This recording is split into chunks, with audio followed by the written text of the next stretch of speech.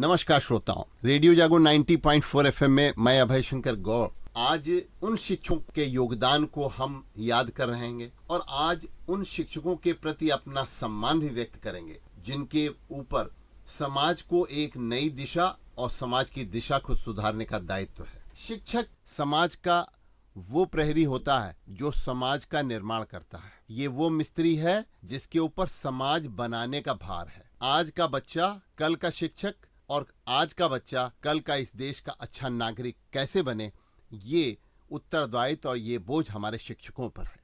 तो आइए आज हमारे साथ हमारे स्टूडियो रेडियो जागो 90.4 एफएम में वो तीन महान विभूतियां हैं, वो तीन महान शिक्षक हमारे साथ में हैं जिन्होंने अपने योगदान से पूरे समाज में अपनी एक नई छाप बनाई है।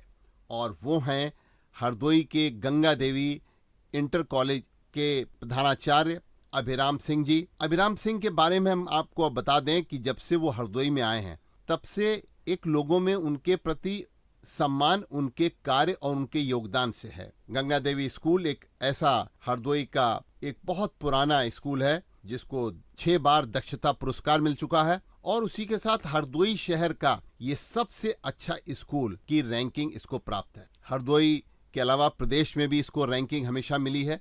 और अभिराम सिंह जी जब से आए हैं तब से इनको कायाकल्प प्राचार्य कहा जाता है। इन्होंने स्कूल का कायाकल्प कर दिया इसको, इसलिए इनको शिक्षा के साथ साथ स्कूल की कायाकल्प करने का भी प्रधानाचार्य माना जाता है। और दूसरे हमारे साथ हैं राजीव सिंह जी। राजीव सिंह जी प्रदेश में अभी सरकार ने हमारे शिक्षकों के योगदान को सराहने के लिए राज्य अध्यापक पुरस्कार से इनको नवाजा है। तो प्रदेश राज्य अध्यापक पुरस्कार से नवाजे जाने वाले राजीव सिंह का भी हम स्वागत करते हैं। और इसी के साथ हम स्वागत कर रहे हैं वंदना गुप्ता जी का। वंदना जी भी हरदोई के प्राथमिक विद्यालय पिरोजापुर में अध्यापक हैं और एक समर्पित अध्यापक के साथ साथ ये पूरी कर्तव्य निष्ठा से कार्य करती हैं। वंदना गुप्ता जी को भी इडू लीडर्स अवार्ड से नवाजा गया है और हम आप सभी प्राध्यापकों का, सभी अध्यापकों का हम बहुत बहुत स्वागत और अभिनंदन करते हैं। हम शुरू करते हैं बात अभिराम सिंह जी से। अभिराम सिंह जी, आपने अपने जीवन में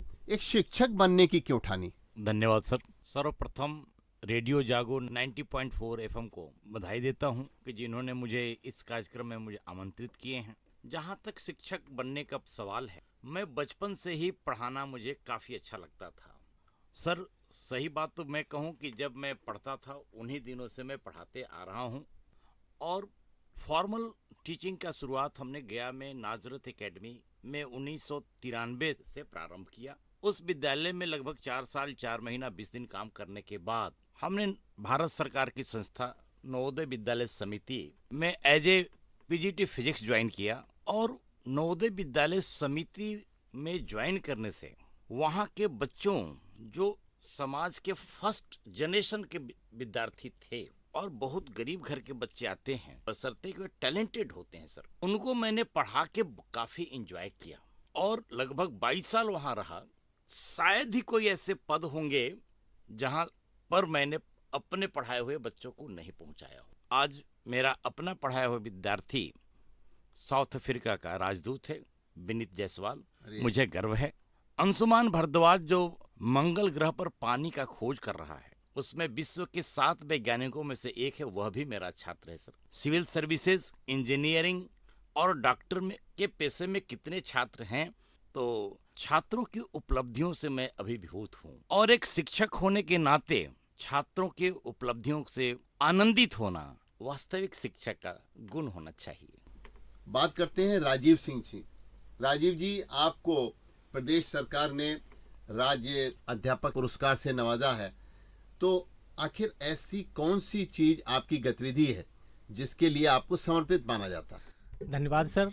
आज इस रेडियो जागो 90.4 एफएम में आने का सौभाग्य प्राप्त हुआ और अपने बच्चों की और अपने विद्यालय की बात रखने का जो अवसर मिला है उसके लिए आपको बहुत बहुत धन्यवाद। और मेरा सौभाग्य है कि मैंने लगभग अपनी प्राथमिक शिक्षा जिस विद्यालय से प्राप्त की, वहाँ के प्रधानाचार्य जी भी यहाँ पे, वर्तमान प्रधानाचार्य जी भी यहाँ पे हैं, और अभय शंकर गौड़ जी जो हैं उन्होंने भी अपनी प्रारंभिक शिक्षा उसी स्कूल से प्राप्त की है। तो ये बड़ा आज सौभाग्य का विषय है कि सारे लोग एक साथ मिल गए हैं। जैसा कि एक विद्यालय में होना चाहिए कि सारी सुविधाओं से परिपूर्ण जो हम बच्चों के लिए समझते हैं, जैसे खुद बच्चे थे तो क्या क्या चीज़ एक विद्यालय में होनी चाहिए, उसके भौतिक परिवेश से लेके उसके सांस्कृतिक कार्यक्रमों से लेके उसके जो शिक्षण व्यवस्था है उसको लेके, इन सारे क्षेत्रों में मैंने कार्य करने का प्रयास किया पिछले 15 वर्षों से। मुझे 15 साल हो गए हैं, 16वां वर्ष सेवा में मेरा शुरू है। तो उन 15 वर्षों में मैंने अनुभव किया कि प्राथमिक विद्यालय के बच्चों को, उनको किसी भी तरीके से ये ना अनुभव हो कि जो कॉन्वेंट स्कूल हैं या मॉन्टेसरी स्कूल जो चल रहे हैं उनसे कम व्यवस्था वहाँ पे मिले। जैसे स्मार्ट क्लास की व्यवस्था हो गई, कंप्यूटर शिक्षा की व्यवस्था हो गई, खेल कूद की सारी व्यवस्थाएं हो गई, विभिन्न प्रतियोगिताएं जैसे कि हमारी नवोदय विद्यालय प्रतियोगिता हो गई, विद्या ज्ञान प्रतियोगिता हो गई।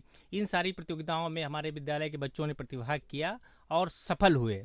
इसके साथ साथ इस बात का हमको और भी अधिक खुशी मिलती है और विभाग ने इस चीज़ को सराहा है कि एक समय में उसी विद्यालय के बच्चे जिसमें मैं कार्यरत हूँ, वहाँ के बच्चे प्राइवेट स्कूलों में जाते थे और इतने वर्ष के लगातार प्रयास से, परिश्रम से ये सफलता मिली है कि अब उन प्राइवेट स्कूलों के बच्चे वो हमारे विद्यालय में नामांकन करा रहे हैं।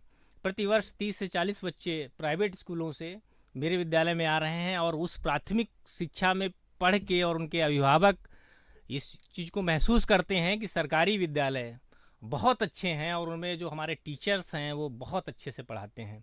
तो इन सारी चीज़ों को विभाग ने देखा और उसको चयनित किया, तो इस रूप में हमको राज्य अध्यापक पुरस्कार 2023 के लिए चयन किया गया। तो हमारे साथ स्टूडियो में हैं वंदना गुप्ता जी। वंदना जी को ईडू लीडर्स अवार्ड प्राप्त हुआ है। ये एजुकेशन लीडर्स का अवार्ड है, सामाजिक संस्था द्वारा दिया जाता है। तो मैम, आपने बच्चों के अंदर क्या चीज आपको ऐसी लगती है जिसको आप तराशने में आपको आनंद आता? सबसे पहले तो सर आपका 90.4 FM में आमंत्रित करने का बहुत बहुत धन्यवाद। और सर जैसा कि आप कह रहे हैं, ऐसी क्या चीज़ है जो बच्चों को तराशने में मुझे अच्छा लगता है। तो सर जब मैंने ये ज्वाइन किया प्राइमरी स्कूल, तब सर जब शुरू में बच्चे यहाँ मिले तो यहाँ के बच्चों का जो प्यार मिलता है वो सर मुझे जो लगता है कि वो कॉन्वेंट के जो बच्चे हैं उनमें और इन बच्चों में जो एक फ़र्क है वो सबसे बड़ा फ़र्क है सर प्यार का। ये जो मैंने फील किया है, तो सर जब ये प्यार आपको उन बच्चों से मिलता है तो आपके अंदर खुद से उनके लिए और ज़्यादा उनके साथ कनेक्ट रहने की, उनके साथ और इस तरह से पेश आने की अंदर से एक भावना जागृत होती है कि मैं क्या करूं जिससे ये और ज़्यादा अच्छे से पढ़ लें, चीज़ों को समझ लें। इसके लिए सबसे पहले तो सर जितनी भी जैसे सपोज़ अगर हम छोटा सा पहाड़ा लेते हैं बच्चों के लिए, तो उनको सर हम लोगों ने राइम्स में चेंज किया है जी। और इसी के साथ सर मैथ के साथ साथ जैसे हिंदी में भी परिभाषाएं हो गई हैं, जितनी भी सर आपकी परिभाषाएं हैं, चाहे वो संज्ञा की हो, सर्वनाम की हो, क्रिया की हो, विशेषण की हो, पर्यायवाची की है, विलोम की है, लिंग की है या वचन की है, सर इन सारी परिभाषाओं को हम लोगों ने सर उसको राइम्स में चेंज कर दिया है। तो आप हमारे यहाँ जब आएंगे तो सर क्लास फर्स्ट का बच्चा भी आपको ये बता देगा कि अगर ये टेबल संज्ञा है तो क्यों है, क्योंकि सर राइम्स के थ्रू उनके दिमागों में वो एकदम सेट हो गया है, सारी परिभाषाओं को बहुत अच्छे से समझकर बता लेते हैं। सर अगर राइम्स में बात करें तो मैं छोटी सी आपको संज्ञा की ही परिभाषा एक बताऊंगी जी। तो सर वो इस तरह से है, किसी व्यक्ति का नाम, किसी वस्तु का नाम, किसी स्थान का नाम या भाव का नाम संज्ञा कहलाता है, संज्ञा कहलाता है। राम भी है संज्ञा, किताब भी है संज्ञा, हरदोई भी है संज्ञा, घर भी है संज्ञा। इस दुनिया में हो कोई भी नाम, इस दुनिया में हो कोई भी नाम संज्ञा कहलाता है, संज्ञा कहलाता है।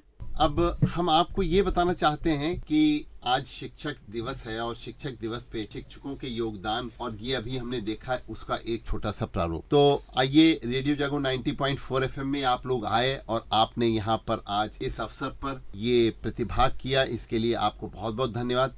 मैं अभयशंकर गौड़, रेडियो जागो 90.4 FM की ओर से गंगा देवी के प्राचार्य डॉक्टर अभिराम सिंह और हरदोई में जिनको राज्य अध्यापक पुरस्कार से सम्मानित किया गया है उनको भी, और वंदना गुप्ता जी जो प्राथमिक विद्यालय फिरोजापुर में अध्यापक हैं और बहुत ही अच्छी तरीके से बच्चों को पढ़ा रही हैं, उनके प्रति बहुत धन्यवाद ज्ञापित करता हूँ। बहुत बहुत धन्यवाद।